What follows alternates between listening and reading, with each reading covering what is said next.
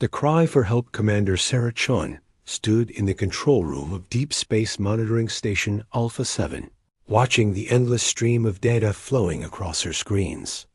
Located in the asteroid belt between Mars and Jupiter, Alpha 7 was humanity's most advanced listening post, designed to monitor the galaxy for any signs of intelligent life. For 3 years, Sarah had overseen the night shift, analyzing radio waves, cosmic radiation, and the occasional signal from Earth's outer colonies. Tonight felt different. At exactly 3:14 a.m., something appeared on her primary detection screen that made her blood run cold. The signal was artificial, pulsing with mathematical patterns that no natural phenomenon could produce. Sarah had seen thousands of signals during her career, from dying stars to ancient pulsars. But this was something entirely new. She immediately called Dr. Marcus Webb, the station's xenolinguistics expert.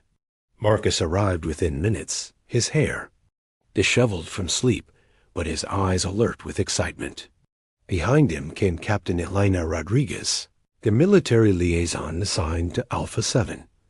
Elena had been skeptical about the station's mission from the beginning, believing that humanity's resources would be better spent defending the solar system rather than searching for alien contact. "Show me what you found," Marcus said, leaning over Sarah's shoulder to examine the data. The signal appeared as a complex waveform on the screen, repeating every 37 seconds with slight variations each time. Sarah adjusted the filters, and the pattern became clearer. Elena crossed her arms and studied the display with a frown. "How do we know this isn't some kind of natural radio source we haven't encountered before? Space is full of things we don't understand." Marcus shook his head as he ran the signal through the station's analysis computers. "Look at these mathematical relationships. This shows clear signs of intentional construction. Someone or something is transmitting this signal on purpose." Over the next 6 hours, the team worked frantically to decode more of the transmission. They discovered that the signal was coming from a location roughly 47 light-years away in the direction of the constellation Lyra. More importantly, they found embedded coordinates and what appeared to be a countdown timer. Dr. Webb's translation algorithms worked continuously, comparing the alien patterns to every known mathematical and linguistic structure in human databases. Slowly, fragments of meaning began to emerge.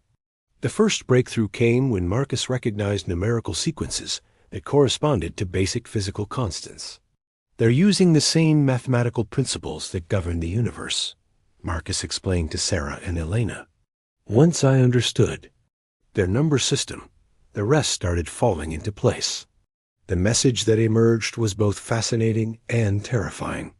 The aliens called themselves the Zephyrians, and they were broadcasting a desperate plea for help. Their homeworld was under attack by a species they called the Destroyers, who had already wiped out 6 other civilizations in their sector of the galaxy. According to the Zephyrian message, the Destroyers were a nomadic race that consumed entire planets for resources, enslaving or killing every intelligent species they encountered. The Zephyrians had been fighting them for 3 years, but their defenses were failing. Their message was being broadcast to every star system within 50 light-years, hoping that anyone, might be able to help them survive. Elena read the translated message with growing concern. This could be a trap. How do we know these Zephyrians are telling the truth? Maybe they're the aggressors, trying to trick other species into fighting their battles. Sarah understood Elena's caution, but something about the signal's desperate tone convinced her that the plea was genuine.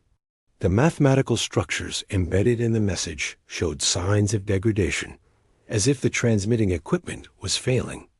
There were also fragments of what appeared to be historical records, showing the destruction of other worlds by the same enemy. Within hours of the translation breakthrough, word of the alien message reached Earth's government.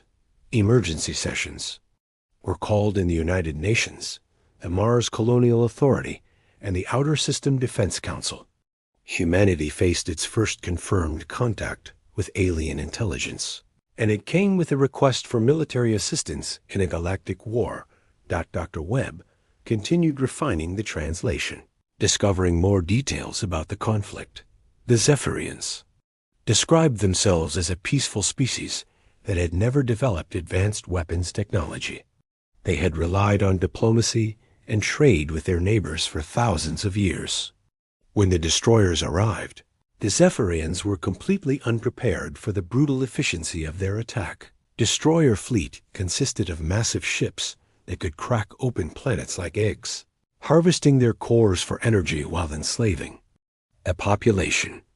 According to Zephyrian records, the destroyers had perfected this technique over millennia, leaving a trail of dead worlds across the galaxy. Sarah found herself working 18-hour shifts, coordinating with scientists and military leaders across the solar system.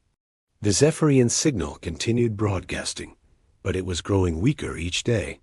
Their countdown timer showed less than 60 days remaining before their final defenses would fail. Public opinion on Earth was divided. Many people wanted to help. The aliens, seeing parallels to humanity's own history of fighting against overwhelming odds. Others argued that Earth should focus on defending itself rather than getting involved in alien conflicts. Military leaders worried that helping the Zephyrians might make Earth a target for the destroyers. Elena represented the cautious faction during strategy meetings. "We're talking about committing our entire space fleet to help aliens we've never met fight an enemy we know nothing about. If we lose our ships in this battle, Earth becomes defenseless." But Sarah had become convinced that helping the Zephyrians was not just morally right, but strategically necessary. If the destroyers are really wiping out entire civilizations, they'll eventually reach our sector of the galaxy. Better to fight them now with allies than face them alone later.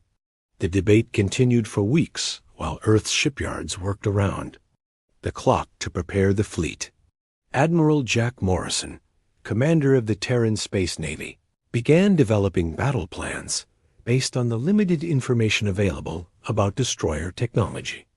The Zephyrians had provided tactical data showing that the enemy ships were heavily armored and armed with energy weapons that could destroy smaller vessels with single shots. Human military doctrine had evolved around fighting other humans using tactics and weapons designed for conflicts within the solar system. Now they faced the challenge of adapting their strategies for combat against technologically superior aliens in deep space. Chief Engineer Tony Romano led the effort to upgrade Earth's weapons systems. Human ships relied primarily on kinetic projectiles and nuclear missiles, technologies that seemed primitive compared to the energy weapons described by the Zephyrians. However, Romano believed that humanity's unconventional approach might provide unexpected advantages. "Every species in the galaxy seems to use energy weapons," Romano explained during a briefing. "Maybe that's because they work well against other energy-based defenses. Our kinetic weapons might be exactly what nobody expects." Colonel Lisa Park commanded Earth's elite Space Marines, soldiers trained for boarding actions and close combat in zero gravity. Her teams had been practicing with captured alien artifacts from meteorites and ancient crash sites, learning to adapt human tactics to alien environments. As the deadline approached, Earth's leaders made their decision. The Terran fleet would travel to the Zephyrian system and provide whatever assistance they could. It was a massive gamble that could result in the destruction of humanity's entire space force. But the alternative of waiting for the destroyers to eventually reach Earth seemed even worse. The fleet that assembled at Jupiter's orbital shipyards was the largest military force humanity had ever created. 37 warships of various classes, from massive battle cruisers to nimble destroyers, prepared for the journey to the Zephyrian homeworld. Each ship carried the hopes and fears of an entire species, making its first venture into galactic politics. Admiral Morrison stood on the bridge of the flagship U.S. Defiance, looking out at the assembled fleet. In 72 hours, they would enter hyperspace and begin the 3-week journey to the Lyra system. Behind them, Earth continued its normal routines, most people unaware that their planet's fate might depend on the outcome of a battle fought nearly 50 light-years away. Sarah Chun remained at Alpha 7, monitoring the Zephyrian signal and coordinating communications with the fleet. The alien message had grown increasingly desperate as their countdown timer approached 0. Their last transmission included detailed tactical information about destroyer ship movements and what remained of their defensive positions. As the human fleet prepared to depart, Sarah received one final message from the Zephyrians.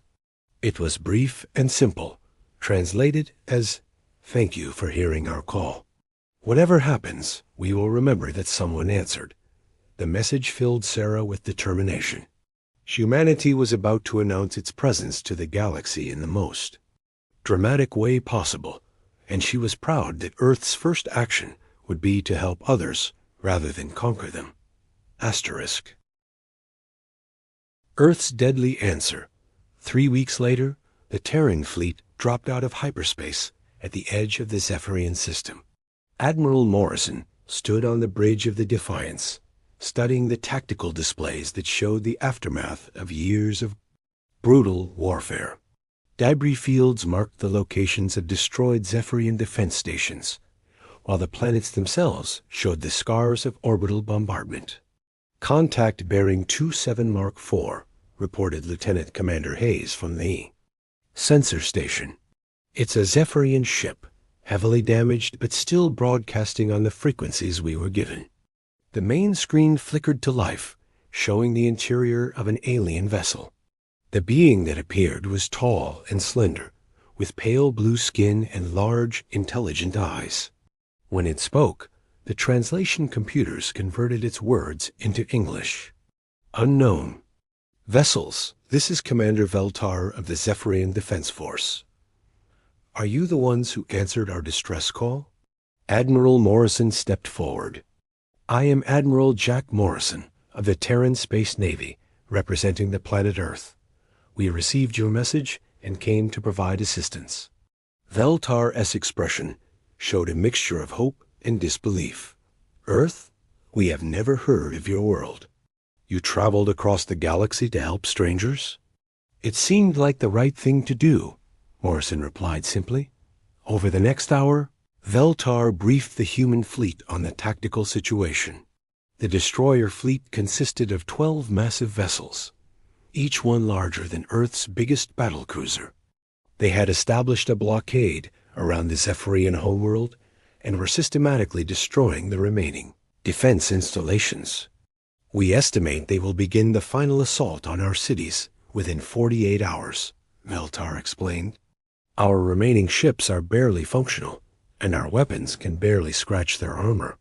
Colonel Park studied the tactical data from her command ship, the U.S. Ranger. The destroyer vessels looked like mobile fortresses, bristling with energy weapons and protected by force fields that could deflect most attacks. According to Zephyrian reports, conventional energy weapons were virtually useless against their defenses, but the humans had not brought conventional weapons. Chief Engineer Romano had spent the journey to the Zephyrian system, modifying every missile and projectile in the fleet's arsenal. Instead of standard explosive warheads, the weapons now carried specialized payloads, designed to exploit the weaknesses that human analysis had identified in destroyer technology. "Their shields are designed to disperse energy," Romano explained during the final briefing. "But kinetic impacts work differently. Our railgun projectiles should punch right through their defenses." Admiral Morrison divided the fleet into 3 attack groups. The first group, led by Captain Sarah Kim, aboard the U.S. Yorktown, would engage the destroyer fleet directly, drawing their attention and testing their defenses. The second group, commanded by Captain David Torres on the U.S. Fury, would attempt to break through to the planet's surface and evacuate Zephyrian civilians. Morrison himself would lead the third group in a desperate assault on the destroyer. Command ship. The battle began at 0600 hours, ship time. The human fleet accelerated toward the destroyer blockade, their engines burning at maximum power. The alien vessels detected their approach and began moving to intercept, their massive forms like dark mountains against the stars. The first exchange of fire was devastating. Destroyer energy beams lanced out across space, destroying 2 human frigates in brilliant explosions. But the return fire was unlike anything the aliens had ever encountered. Railgun projectiles traveling at significant fractions of light speed slammed into destroyer hulls, punching through their armor like bullets through paper. "Direct hit on target 1, reported the weapons officer aboard the Defiance. "Their port shield array is down." Captain Kim's attack group pressed their advantage, launching volleys of modified missiles that carried specialized warheads designed by Romano's team. Instead of conventional explosives, these weapons released clouds of reactive nanites that began eating through destroyer hull material at the molecular level.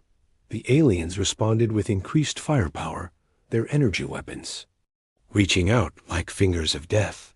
The human ships were faster and more maneuverable than the massive destroyer vessels, but they couldn't take many hits from the alien weapons. 3 more human ships were destroyed in the first 15 minutes of combat. Colonel Park's Marines prepared for their most dangerous mission. While the main fleet engaged the destroyer blockade, she would lead a boarding party onto one of the alien vessels, attempting to capture their command codes and disable their weapons from within.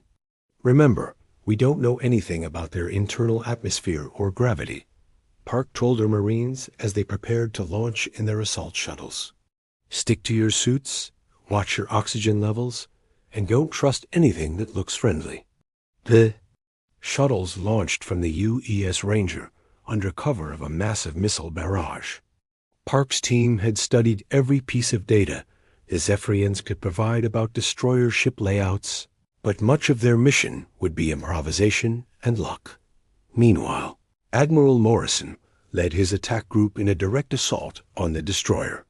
Command vessel. The alien ship was enormous, more than 3 kilometers long and bristling with weapons.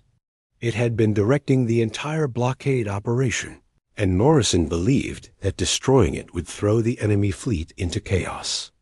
"All ships concentrate fire on the command vessel's forward section," Morrison ordered. "Chief Romano, are your special packages ready?" "Standing by, Admiral," Romano replied from the engineering section. His team had prepared their most devastating weapon, modified nuclear warheads that had been reconfigured to create exotic matter reactions. The theory was untested, but computer models suggested that such weapons could tear holes in space-time itself. The human fleet converged on the destroyer command ship, their weapons blazing.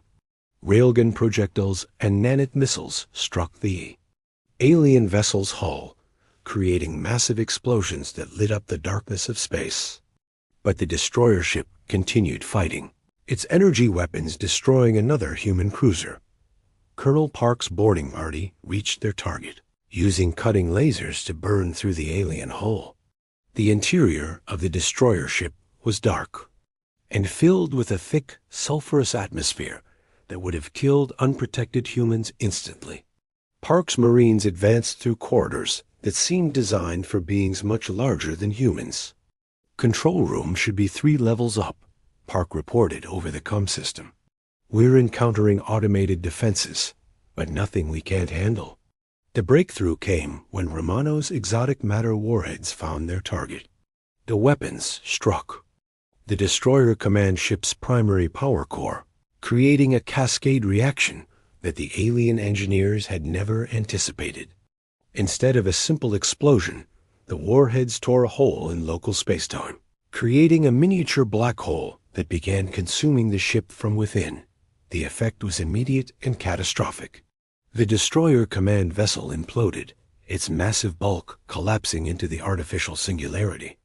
The death of the command ship sent shockwaves through the entire destroyer fleet, disrupting their coordination and causing several vessels to break off their attack. But the battle was far from over. The remaining destroyer ships regrouped and launched a desperate counterattack, their energy weapons reaching out to destroy as many human vessels as possible. The space around the Zephyrian homeworld became a maze of explosions and debris as both fleets fought with desperate fury. Captain Torres's evacuation group had reached the planet's surface, where they found Zephyrian cities under constant bombardment. The aliens were grateful for human assistance, but many were too injured or scared to leave their homes. Torres's Marines worked alongside Zephyrian volunteers to organize refugee convoys, while human ships provided cover fire against destroyer ground forces. The tide of battle turned when Colonel Park's Marines succeeded in capturing a destroyer vessel's command center. Park herself had fought through dozens of alien defensive systems to reach the ship's central computer, where she discovered something that changed everything. Asterisk. Admiral, you need to hear this. Park transmitted from the captured destroyer bridge. These aren't just raiders or conquerors. They're running from something even worse. According to their logs, there's another species hunting them across the galaxy. The revelation that the destroyers were themselves refugees added complexity to the conflict, but it didn't change the immediate situation. They had still attacked peaceful civilizations and needed to be stopped. Admiral Morrison made the difficult decision to continue the battle while trying to minimize casualties on both sides. The final phase of the battle lasted 6 hours. Human ingenuity and determination gradually overcame superior alien technology. The surviving destroyer ships, damaged and leaderless, finally withdrew from the system rather than face complete annihilation. As the enemy fleet disappeared into hyperspace, Admiral Morrison stood on his damaged bridge and looked out at the Zephyrian homeworld. The planet was scarred, but still inhabited, its cities intact and its people free. Around the system, human and Zephyrian ships worked together to rescue survivors and begin repairs. Commander Veltar appeared on the communication screen, his expression filled with gratitude and amazement. Admiral Morrison, your people have saved our entire civilization. How can we ever repay such a debt? Morrison smiled tiredly. Help us prepare for whatever comes next. If there's something out there that scares the destroyers, we're all going to need each other. The Battle of Zephyria, as historians would later call it, marked humanity's dramatic entrance onto the galactic stage. Earth had announced its presence, not through conquest or colonization, but through an act of heroic intervention that saved an entire species from extinction. The alliance formed between humans and Zephyrians would become the foundation for a new galactic coalition, one dedicated to mutual defense and cooperation. And when the greater threat that drove the destroyers finally emerged from the depths of space, it would find not isolated civilizations to prey upon, but a united front of species determined to protect their freedom. Earth had answered the Zephyrian cry for help with deadly force and unwavering determination, proving that humanity's greatest strength was not its weapons or technology, but its willingness to fight for others, even against impossible odds. The galaxy would never be the same. Asterisk.